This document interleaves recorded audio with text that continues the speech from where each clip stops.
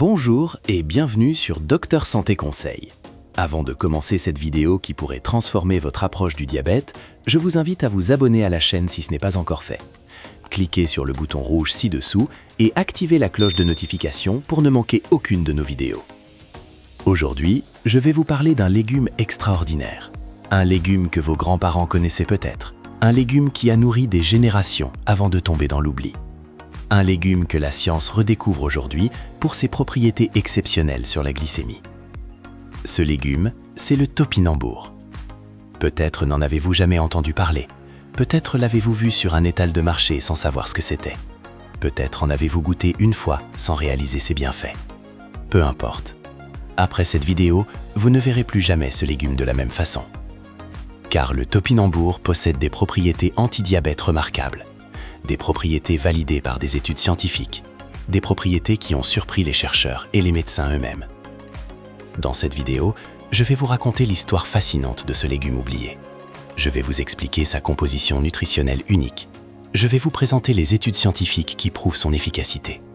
Et je vais vous donner des recettes concrètes pour l'intégrer dans votre alimentation. Restez jusqu'au bout.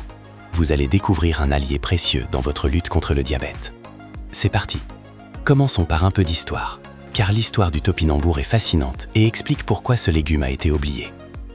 Le topinambour est originaire d'Amérique du Nord. Les peuples autochtones le cultivaient et le consommaient bien avant l'arrivée des Européens. Ils l'appelaient le soleil vivace en raison de ses fleurs jaunes qui ressemblent à de petits tournesols. Les premiers explorateurs français ont découvert ce légume au début du XVIIe siècle et l'ont ramené en Europe.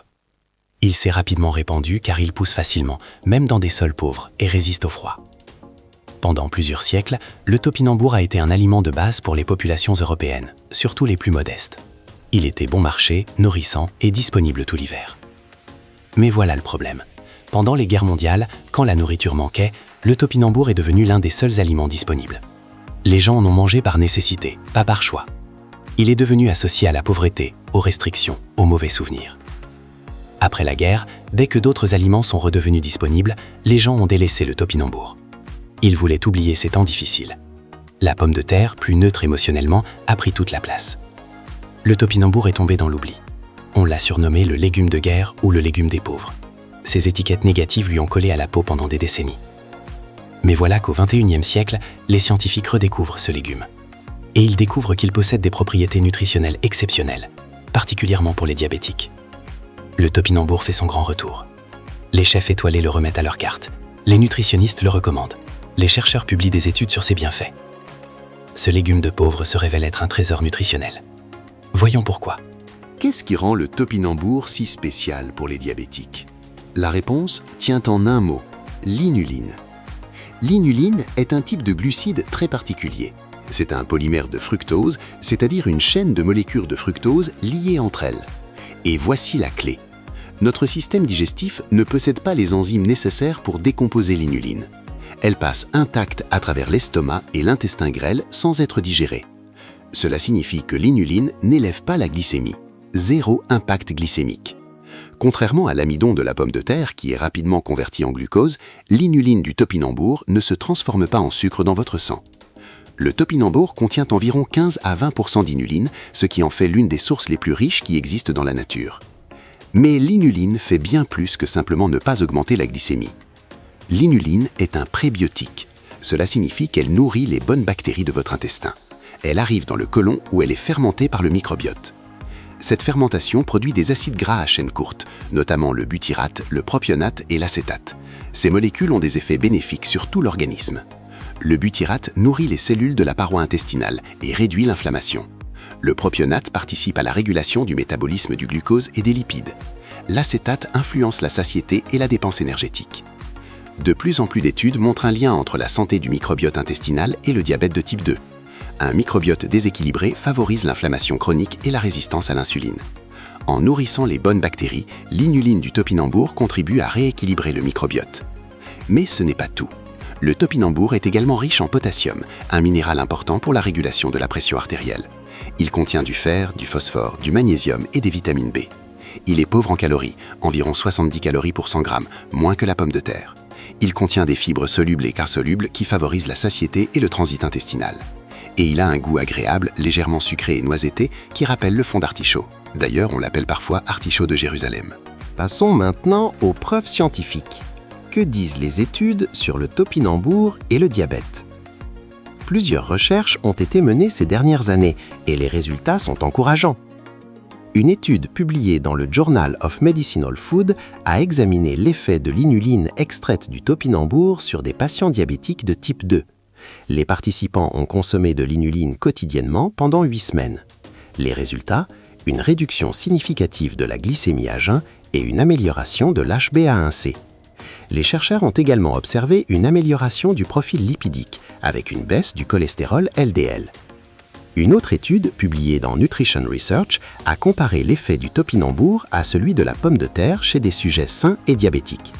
Après avoir mangé une portion équivalente de chaque légume, la glycémie postprandiale a été mesurée. Le résultat, la glycémie après consommation de topinambour était significativement plus basse qu'après consommation de pommes de terre. La différence était encore plus marquée chez les participants diabétiques. Une méta-analyse publiée dans le British Journal of Nutrition a examiné 26 études sur les effets de l'inuline sur la glycémie. La conclusion, l'inuline réduit significativement la glycémie à jeun et améliore la sensibilité à l'insuline. Des recherches ont également montré que l'inuline améliore la sécrétion d'hormones intestinales comme le GLP-1, une hormone qui stimule la production d'insuline et réduit l'appétit. Certains médicaments antidiabétiques modernes ciblent justement cette hormone. Une étude menée sur des rats diabétiques a montré que la consommation régulière de topinambour réduisait les dommages oxydatifs au niveau du foie et des reins, 2 organes souvent affectés par les complications du diabète. Bien sûr, la recherche continue. Les études sur l'humain sont encore limitées en nombre et en durée. Mais les résultats préliminaires sont suffisamment prometteurs pour que les nutritionnistes recommandent d'inclure le topinambour dans l'alimentation des diabétiques. Ce qui est certain, c'est que le topinambour est un aliment sûr, naturel et nutritif. Même si les études futures nuancent certains résultats, il n'y a aucun risque à l'intégrer dans une alimentation équilibrée. Approfondissons maintenant les mécanismes par lesquels le topinambour agit sur la glycémie. Premier mécanisme, l'absence d'impact glycémique direct. Comme je l'ai expliqué, l'inuline n'est pas digérée par nos enzymes. Elle ne se transforme pas en glucose dans le sang. Quand vous remplacez une portion de pommes de terre par une portion de topinambour, vous supprimez une source importante de glucose sans renoncer à un légume consistant et rassasiant. Deuxième mécanisme, le ralentissement de la vidange gastrique. L'inuline forme une sorte de gel dans l'estomac qui ralentit le passage des aliments vers l'intestin. Les autres glucides que vous avez mangés au même repas sont donc absorbés plus lentement. Le pic glycémique global du repas est atténué. Troisième mécanisme, l'amélioration de la sensibilité à l'insuline. En nourrissant les bonnes bactéries intestinales, l'inuline contribue à réduire l'inflammation chronique de bas grade qui caractérise le diabète de type 2. Cette inflammation perturbe le fonctionnement de l'insuline. En la réduisant, le topinambour aide vos cellules à mieux répondre à l'insuline. Quatrième mécanisme, la stimulation du GLP-1. Le GLP-1 est une hormone intestinale sécrétée en réponse à la nourriture. Elle stimule la production d'insuline par le pancréas quand la glycémie monte. Elle ralentit également la vidange gastrique et réduit l'appétit. Les acides gras à chaîne courte produits par la fermentation de l'inuline dans le côlon stimulent la sécrétion de GLP-1. C'est un effet similaire à celui de certains médicaments antidiabétiques modernes, comme les analogues du GLP-1. Cinquième mécanisme, l'effet sur le microbiote. Le microbiote intestinal est de plus en plus reconnu comme un acteur majeur dans la régulation du métabolisme. Un microbiote déséquilibré, avec trop de bactéries néfastes et pas assez de bactéries bénéfiques, est associé à l'obésité, à la résistance à l'insuline et au diabète de type 2. L'inuline favorise la croissance des bifidobactéries et des lactobacilles, 2 familles de bactéries bénéfiques. Elle rééquilibre le microbiote vers une composition plus favorable à la santé métabolique. Ces 5 mécanismes se cumulent et se renforcent mutuellement. C'est ce qui explique les effets remarquables observés dans les études sur le topinambour et l'inuline. Maintenant que vous êtes convaincu des bienfaits du topinambour, voyons comment vous en procurer. Le topinambour est un légume de saison. Il est disponible de l'automne au début du printemps, généralement d'octobre à mars. C'est pendant cette période que vous le trouverez le plus facilement. Où le trouver ? Sur les marchés de producteurs, c'est souvent le meilleur endroit. Les maraîchers locaux qui cultivent des variétés anciennes proposent souvent du topinambour. Demandez-leur, même s'il n'est pas visible sur l'étal. Dans les magasins bio, les enseignes spécialisées en alimentation biologique proposent généralement du topinambour pendant la saison. Dans certains supermarchés, de plus en plus de grandes surfaces commencent à proposer ce légume, surtout dans les rayons bio ou légumes anciens. Directement chez les producteurs, si vous êtes dans une zone rurale, renseignez-vous auprès des fermes locales. Comment choisir un bon topinambour? Le topinambour ressemble à un gros gingembre ou à une petite pomme de terre difforme. Sa peau est fine, de couleur beige à rosée selon les variétés. Sa chair est blanche ou légèrement crème. Choisissez des topinambours fermes au toucher. Évitez ceux qui sont mous, flétris ou qui présentent des taches sombres. Les petits topinambours sont souvent plus tendres et plus faciles à préparer que les gros, qui peuvent être plus fibreux. La peau doit être intacte, sans coupure ni meurtrissure. Comment le conserver? Le topinambour se conserve moins bien que la pomme de terre. Sa peau fine ne le protège pas longtemps de la déshydratation. Conservez-le au réfrigérateur, dans le bac à légumes, enveloppé dans un torchon humide ou dans un sac en papier. Il se gardera environ 1 à 2 semaines. Vous pouvez aussi le congeler après l'avoir blanchi quelques minutes dans l'eau bouillante. Si vous avez un jardin, sachez que le topinambour est très facile à cultiver. Il pousse presque tout seul, même dans des sols pauvres. Il suffit de planter quelques tubercules au printemps pour récolter abondamment l'automne suivant. Le topinambour peut impressionner au premier abord à cause de sa forme irrégulière, mais il est en réalité très simple à préparer. Faut-il l'éplucher? Ce n'est pas obligatoire. La peau du topinambour est fine et comestible. Si vous le lavez bien, vous pouvez le cuisiner avec la peau. Cela préserve les nutriments et facilite la préparation. Si vous préférez l'éplucher, utilisez un économe ou un petit couteau. Les formes biscornues rendent l'épluchage un peu fastidieux, mais c'est faisable. Une astuce, si vous trouvez l'épluchage difficile, faites d'abord cuire le topinambour à l'eau ou à la vapeur. La peau s'enlèvera ensuite plus facilement. Les différentes méthodes de cuisson. Rôti au four, c'est ma méthode préférée. Coupez les topinambours en morceaux, arrosez d'huile d'olive, salez, poivrez, ajoutez des herbes comme le romarin ou le thym. Enfournez à 200 degrés pendant 30 à 40 minutes jusqu'à ce qu'il soit doré et tendre. Le goût est délicieux, légèrement caramélisé. À la vapeur, méthode douce qui préserve les nutriments. Comptez 15 à 20 minutes selon la taille des morceaux. Le topinambour cuit à la vapeur a une texture fondante similaire à celle de la pomme de terre. En purée, faites cuire les topinambours à l'eau ou à la vapeur, puis écrasez-les avec un peu de lait, de beurre ou d'huile d'olive. La purée de topinambour est onctueuse et délicate. Elle peut remplacer la purée de pommes de terre. En soupe, faites revenir un oignon, ajoutez des topinambours coupés en morceaux, couvrez de bouillon, laissez cuire 20 minutes, puis mixez. Vous obtenez un velouté crémeux sans avoir besoin d'ajouter de crème. Cru. Oui, le topinambour peut se manger cru. Râpé finement en salade, il a une texture croquante et un goût frais. Commencez par de petites quantités si vous n'êtes pas habitué. Sauté à la poêle. Coupez en fines rondelles, faites sauter dans un peu d'huile à feu moyen pendant 10 à 15 minutes. Ajoutez de l'ail et du persil en fin de cuisson. La polyvalence du topinambour permet de l'intégrer facilement à votre alimentation quotidienne. Passons maintenant à 3 recettes concrètes que vous pouvez réaliser facilement chez vous. Recette numéro 1. Topinambour rôti au romarin. Ingrédients pour 4 personnes, 500 g de topinambour, 3 cuillères à soupe d'huile d'olive, 2 branches de romarin frais, 2 gousses d'ail non pelées, sel, poivre. Préparation. Préchauffez votre four à 200 degrés. Lavez les topinambours et coupez-les en morceaux de taille moyenne. Si les morceaux sont petits, laissez-les entiers. Disposez-les dans un plat allant au four. Arrosez d'huile d'olive. Ajoutez le romarin et les gousses d'ail entières. Salez et poivrez. Mélangez bien pour enrober les légumes d'huile. Enfournez pendant 35 à 40 minutes, en remuant à mi-cuisson. Les topinambours sont prêts quand ils sont dorés à l'extérieur et fondants à l'intérieur. Cette recette est simple et met en valeur le goût naturel du topinambour. Servez en accompagnement d'une viande ou d'un poisson.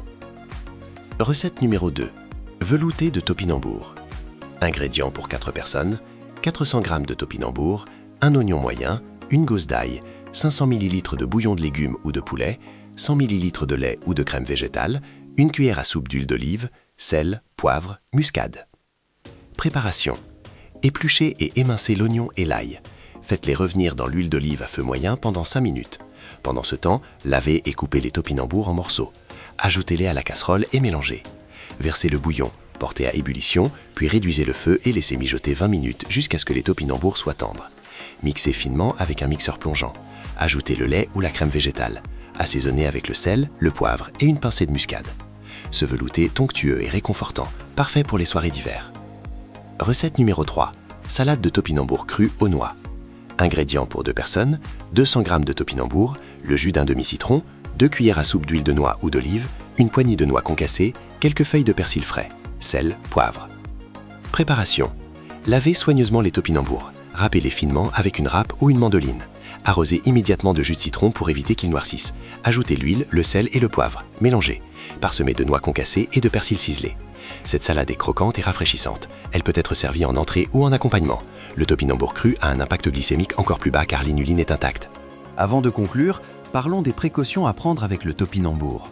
Le topinambour est un aliment sûr pour la grande majorité des personnes, mais il peut provoquer quelques effets secondaires chez certains, surtout au début.